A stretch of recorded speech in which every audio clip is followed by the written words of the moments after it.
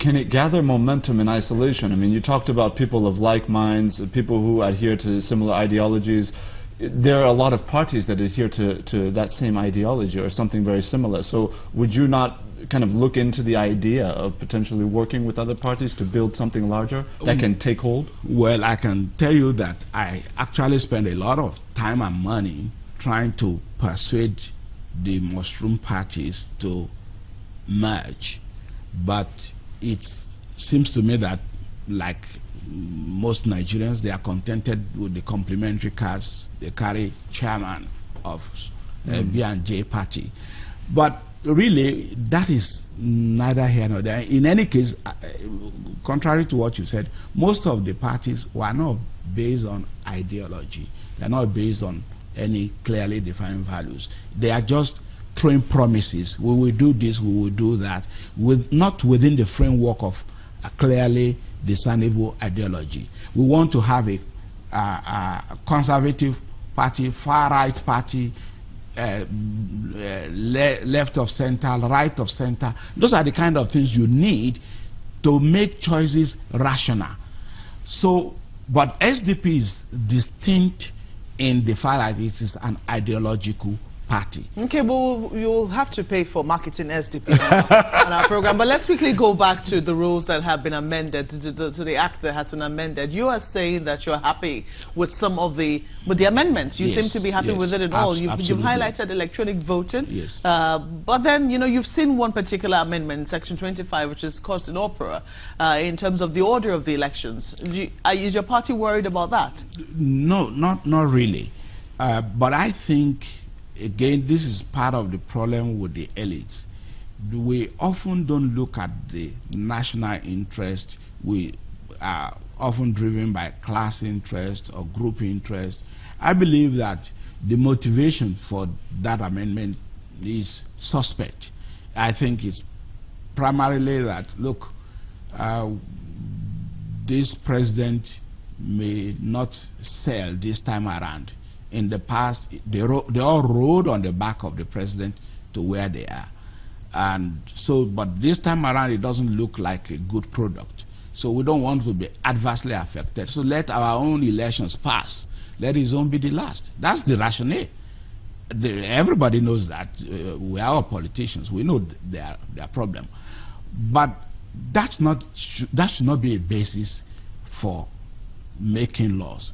But you cannot really objectively say there's something wrong with one set of elections coming before the other. Ideally, our elections should be staggered, actually, so that it doesn't really depend on the other. No reason why we cannot have governors and presidents elected at a season and lawmakers elected another season. But we're evolving. So I don't think we should make a big issue about it. But the real issue is, which is for the court to determine, does the National Assembly have the right to try to take away the authority of INEC in setting the timetable? I believe that the Constitution gives the power to INEC to set the timetable. The final authority for timetable of elections is INEC. To the extent to which the laws made by the National Assembly is inconsistent with the Constitution, it becomes invalid. So I'm not too sure, I'm not a lawyer, whether it will stand the test in a court of law. I'm just wondering now, what are the, I mean, aside that you have said that, you know, you're politicians and you can read the motive, even though members of the National Assembly have said that they had no such motive. For them, this was about growing democracy and developing a democracy from the grassroots. But be that as it may, you have also expressed worries in terms of how some of these electoral acts, the Electoral Act amendments will be implemented by INEC, and you know, you've talked about registration. What innovation are you looking to see for these elections come 2019? Are you worried about any aspect apart from registration of voters? Oh yes, the issue of underage voting. Those children probably have a voter's card. with which they voted on that day.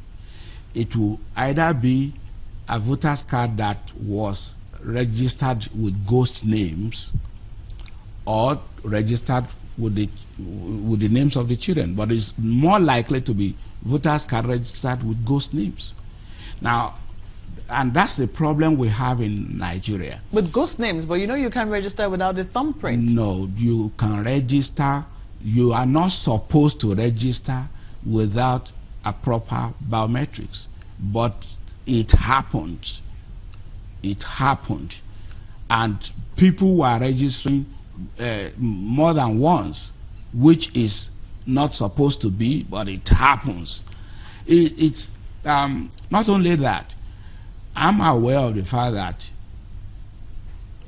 in every community, just like we do for census, we try to maximize the number of people who are captured in the community on the census data as well as on the voting data.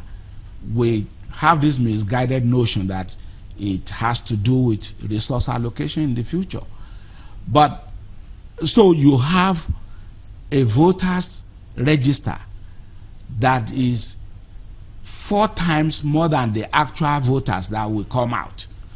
You say, oh, there is low turnout, there is this percentage of voter turnout. But the truth is that your voters data bank is full of people who are not either existing or are not supposed to be there. Even foreigners, immigrant workers, especially in the north, are on our voters list because we neglected to have a proper integrated data bank.